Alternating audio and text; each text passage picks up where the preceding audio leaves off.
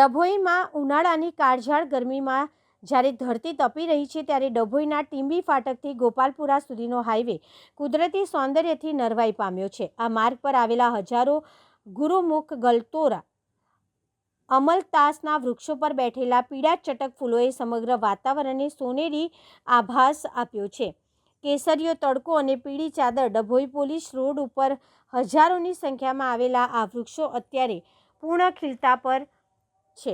માર્ગની બંને બાજુ લટકતા પીળા ફૂલોના ઝુમખાઓના કારણે એવું લાગે છે કે જાણે હાઈવે ઉપર જ કુદરતે પીળી ચાદર બિછાવી દીધી હોય। આ દ્રશ્ય માત્ર સ્થાનિકો જ નહીં પરંતુ અહીંથી પસાર થતા વાહન ચાલકો માટે પણ આકર્ષણનું કેન્દ્ર બન્યું છે। ગરમીમાં ઠંડકનો અહેસાસ ભલે અત્યારે વૈશાખનો તાપ પડી રહ્યો હોય, પરંતુ આ વૃક્ષોની ગીચતાના કારણે રોડ પર કુદરતી છાયો મળી રહે છે। ઘટાદાર વૃક્ષના કારણે હાઈવે પર તાપમાનમાં ઘટાડો અનુભવાય છે। સુગંધ, આ ફૂલોની હળવી અને મીઠી સુગંધ વાતાવરણમાં અનેક અનોખી મહેક પ્રસરાવી રહી છે। રાહદારીઓના થાકને દૂર કરે છે।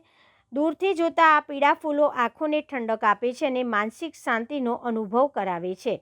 સેલ્ફી પોઈન્ટ પણ બન્યો છે। હાઈવે સોશિયલ મીડિયાના જમાનામાં આ ગોલ્ડ રોડ હવે ફોટોગ્રાફીના શોખીનો માટે હોટસ્પોટ બની ગયો છે। પસાર થતા પ્રવાસીઓ ખાસ ઊભા રહીને કુદરતી કરામતને પોતાના કેમેરામાં કેદ કરી રહ્યા છે। વન વિભાગ દ્વારા ઉછેરવામાં આવેલા વૃક્ષો આજે પર્યાવરણની જાળવણી સાથે સુંદરતાનો પણ પર્યાય બન્યો છે।